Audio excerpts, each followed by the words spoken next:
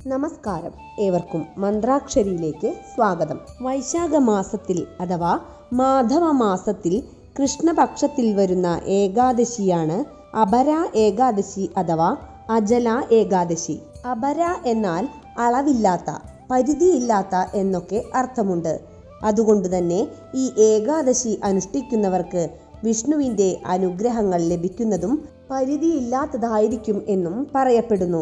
അതുകൊണ്ടുതന്നെ ഈ ഏകാദശി വ്രതം അനുഷ്ഠിക്കുന്ന ഭക്തർക്ക് വിഷ്ണു ഭഗവാൻ അപാരമായ ധനവും കീർത്തിയും പുണ്യവും നൽകി അനുഗ്രഹിക്കുന്നു. ഈ ഏകാദശി നോൽക്കുന്നവർക്ക് കൊടും പാപങ്ങളിൽ നിന്നുപോലും മോചനം ലഭിക്കുന്നു.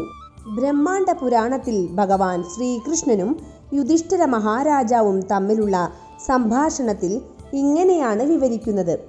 ഒരിക്കൽ യുധിഷ്ഠിര മഹാരാജാവ് ശ്രീകൃഷ്ണ ഭഗവാനോട് ഇപ്രകാരം ചോദിച്ചു: അല്ലയോ ശ്രീകൃഷ്ണ ഭഗവാനെ, അല്ലയോ ജനാർദ്ദന, വൈശാഖ മാസത്തിൽ അഥവാ ഈ മാധവ മാസത്തിൽ വരുന്ന ഏകാദശിയുടെ നാമം എന്താണെന്നും എന്താണ് അതിൻ്റെ മഹത്വം എന്നും ദയവായി വിവരിച്ചാലും.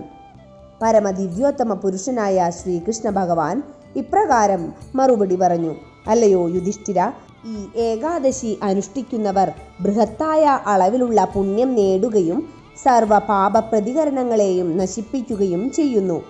ഈ അപര ഏകാദശി അനുഷ്ഠിക്കുന്നതിലൂടെ ബ്രഹ്മഹത്യ, ഗോഹത്യ, ഗർഭചിത്രത്തിലൂടെയുള്ള ഭ്രൂണഹത്യ, മറ്റുള്ളവരെ വിമർശിക്കൽ, അവിഹിത ലൈംഗിക ജീവിതം നയിക്കൽ, കള്ളം പറയുക, കള്ളസാക്ഷി പറയുക, മറ്റുള്ളവരോട് വീമ്പിളക്കുക, പണത്തിനു വേണ്ടി വേദങ്ങൾ പാരായണം ചെയ്യുകയോ പഠിപ്പിക്കുകയോ ചെയ്യുക, അതിൽ സ്വന്തം അഭിപ്രായങ്ങൾ സംയോജിപ്പിക്കുക എന്നിങ്ങനെയുള്ള ഗുരുതരമായ എല്ലാ പാപപ്രവർത്തനങ്ങളും അപര ഏകാദശി അനുഷ്ഠിക്കുന്നതിലൂടെ പൂർണ്ണമായും ഇല്ലാതാക്കപ്പെടും.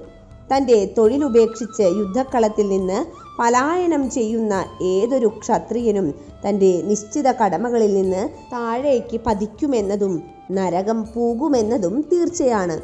അത്തരമൊരു വ്യക്തി ഈ ഏകാദശി വിശ്വാസത്തോടെ അനുഷ്ഠിച്ചാൽ തീർച്ചയായിട്ടും അവന് സ്വർഗപ്രാപ്തി ലഭിക്കുമെന്നുള്ളതാണ്. ശ്രീകൃഷ്ണ ഭഗവാൻ തുടർന്നു പറഞ്ഞു: രാജാവേ, ഒരു ശിഷ്യൻ തൻ്റെ ആത്മീയ ഗുരുവിൽ നിന്ന് അറിവ് സ്വീകരിച്ച ശേഷം തൻ്റെ ആത്മീയ ഗുരുവിനെ നിന്ദിക്കുന്നതിൽ ഏർപ്പെടുന്ന പക്ഷം അയാൾ തീർച്ചയായും വലിയ പാപങ്ങൾ ശേഖരിച്ചു കൂട്ടുകയാണ്.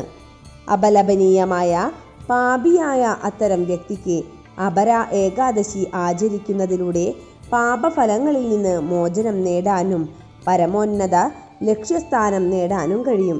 ഇനി അപര ഏകാദശി വ്രതം പാലിക്കുന്നതിലൂടെ എളുപ്പത്തിൽ ലഭിക്കാവുന്ന ഗുണങ്ങൾ എന്തെല്ലാമെന്ന് നോക്കാം.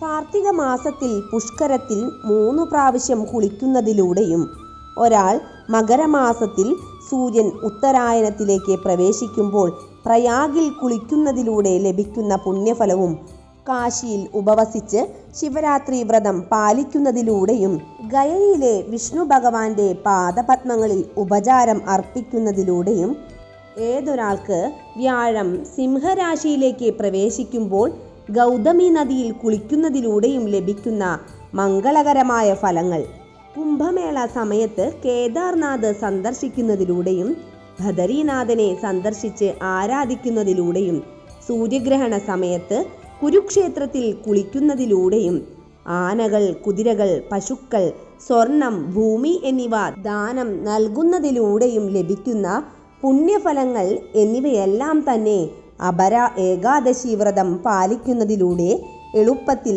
ലഭ്യമാകും. അപര ഏകാദശി വ്രതം അനുഷ്ഠിച്ചാൽ പാപവൃക്ഷത്തെ ഛേദിക്കുന്ന മൂർച്ചയേറിയ കോടാലി പോലെയും പാപപ്രവൃത്തികളാകുന്ന ഇന്ധനത്തെ ഭസ്മീകരിക്കുന്നതായ ആളിക്കത്തുന്ന കാട്ടുതീ പോലെയും പ്രവർത്തിക്കുന്നു. പാപപ്രവർത്തനങ്ങളാൽ ഉത്ഭൂതമാകുന്ന അന്ധകാരത്തെ ഇല്ലായ്മ ചെയ്യുന്ന ഉജ്ജ്വലനായ സൂര്യനെ പോലെയാണിതെന്നും ഭഗവാൻ യുധിഷ്ഠിരനോട് പറഞ്ഞു. ഈ അപര ഏകാദശി ദിനത്തിൽ വിഷ്ണുവിൻ്റെ 5ാമത്തെ അവതാരമായ വാമനമൂർത്തിയെ അഥവാ ത്രിവിക്രമ രൂപത്തിൽ ആരാധിക്കുന്നതിലൂടെയും ഭഗവാന്റെ പൂർണ്ണ അനുഗ്രഹമുണ്ടാകുമെന്നതും തീർച്ചയാണ്. ഇത്രയും പറഞ്ഞതിനു ശേഷം ഭഗവാൻ ശ്രീകൃഷ്ണൻ എല്ലാവരുടെയും നന്മയ്ക്കായി താൻ അങ്ങേക്ക് പറഞ്ഞു തന്ന ഈ ഏകാദശിയുടെ മാഹാത്മ്യം ആരൊക്കെ വായിക്കുകയോ കേൾക്കുകയോ ചെയ്യുന്നത് അവർക്ക് എല്ലാ പാപപ്രവർത്തനങ്ങളിൽ നിന്നും മോചനം നേടാൻ കഴിയുമെന്നും ഭഗവാൻ യുധിഷ്ഠിരനെ അറിയിച്ചു. പഞ്ചാംഗമനുസരിച്ച് ജ്യേഷ്ഠമാസത്തിലെ കൃഷ്ണപക്ഷത്തിലെ ഏകാദശി തിഥിയിലാണ് അപര ഏകാദശി വ്രതം ആചരിക്കുന്നത്. മെയ് മാസത്തിലെ രണ്ടാമത്തെ ഏകാദശിയാണിത്. മഹാവിഷ്ണുവിൻ്റെ അനുഗ്രഹം ലഭിക്കുവാൻ ഏറ്റവും അനുയോജ്യമായ പ്രാർത്ഥനയാണ് ഏകാദശി വ്രതം. കുരുക്ഷേത്ര യുദ്ധം വിജയിക്കാൻ പാണ്ഡവർ ഈ വ്രതം അനുഷ്ഠിച്ചിരുന്നു എന്നും പറയപ്പെടുന്നു. 23/5/2025 വെള്ളിയാഴ്ചയാണ് ഏകാദശി തിഥി തുടങ്ങുന്നത്. അതിരാവിലെ 1:12 അതുപോലെ ഏകാദശി തിഥി അവസാനിക്കുന്നത് മെയ് 23 രാത്രി 12:29 ആണ്. പാരണ സമയം മെയ് 24 രാവിലെ 6:02 8:33 ഇടയിലാണ്. ഭഗവാൻ വിഷ്ണുവിൻ്റെയും ലക്ഷ്മി ദേവിയുടെയും പൂർണ്ണ അനുഗ്രഹം ലഭിക്കുന്ന ഈ വൈശാഖ മാസത്തിൽ വരുന്ന ഈ ഏകാദശിക്ക് വളരെയേറെ പ്രാധാന്യമുള്ളതാണ്. ധാന്യങ്ങളും പയറുവർഗ്ഗങ്ങളും ഒഴിവാക്കുക. പഴവർഗ്ഗങ്ങളും കിഴങ്ങുവർഗ്ഗങ്ങളും ഭഗവാന് നിവേദിച്ചതിനു ശേഷം കഴിക്കുക. എണ്ണ തേച്ചുകുളി, പകലുറക്കം എന്നിവ പാടില്ല. ശരീരവും മനസ്സും ആത്മാവും ശുദ്ധീകരിക്കാനാണ് ഭക്തർ ഏകാദശി വ്രതം അനുഷ്ഠിക്കുന്നത്.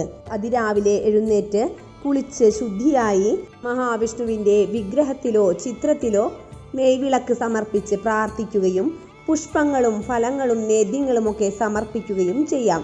മഹാവിഷ്ണു ക്ഷേത്രത്തിലോ മറ്റ് അവതാര ക്ഷേത്രങ്ങളിലോ ദർശിച്ച് നെയ്വിളക്ക്, തുളസിയില, തുളസിമാല എന്നിവ സമർപ്പിക്കുന്നതും യഥാശക്തി വഴിപാടുകൾ സമർപ്പിക്കുന്നതും ഉത്തമമാണ്.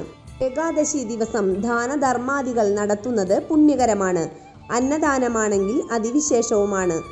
ഈ ദിവസം പക്ഷിമൃഗാദികൾക്കും ഭക്ഷണം നൽകാവുന്നതാണ്.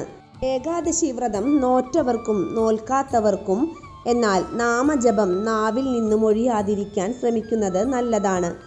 എപ്പോഴും ഭഗവാന്റെ കീർത്തനങ്ങളും കഥകളും കേൾക്കുകയോ ചൊല്ലുകയോ ചെയ്യുന്നതും ഉത്തമമാണ്. ഓം നമോ നാരായണായ, ഓം നമോ ഭഗവതേ വാസുദേവായ, ഹരേ കൃഷ്ണ മഹാമന്ത്രം എന്നിവയും ജപിക്കുന്നത് ഉത്തമമാണ്. പുണ്യഗ്രന്ഥങ്ങളായ നാരായണീയം, ഭഗവത്ഗീത, ഭാഗവതം എന്നിവ പാരായണം ചെയ്യുന്നതും ഭഗവാൻ മഹാവിഷ്ണുവിനെ പ്രീതിപ്പെടുത്തുന്നതിന് പാരായണത്തിലൂടെ സാധിക്കും. നമുക്കാവുന്ന വിധം ഭഗവാനെ പ്രീതിപ്പെടുത്തിയാൽ, ഭഗവാനെ സന്തോഷിപ്പിച്ചാൽ ഭഗവാൻ ഐശ്വര്യവും അഭീഷ്ടസിദ്ധിയും നൽകി അനുഗ്രഹിക്കുന്നു. ഇങ്ങനെ നിഷ്ഠയോടുകൂടി ഏകാദശി വ്രതം അനുഷ്ഠിക്കുന്നത് വഴി ഭഗവാന്റെ ധാമത്തിലെത്താനും ഭഗവത്പാദം പോകാനും ഏതൊരു ഭക്തനും സാധിക്കും. ഭക്തിയുണ്ടാകാൻ ഏറ്റവും ഉത്തമമായ മാർഗമാണ് വ്രതങ്ങൾ. ഈ വ്രതത്തിലൂടെ എല്ലാവർക്കും ഭഗവാനിലേക്ക് അടുക്കുകയും ഉത്തമ വിശ്വാസത്തോടെയും ഉത്തമ ഭക്തന്മാരായി തീരാനും സാധിക്കട്ടെ എന്ന് പ്രാർത്ഥിച്ചുകൊണ്ട് ഏവർക്കും അപര ഏകാദശി ആശംസകൾ നേർന്നുകൊണ്ട് നിർത്തുന്നു. നന്ദി.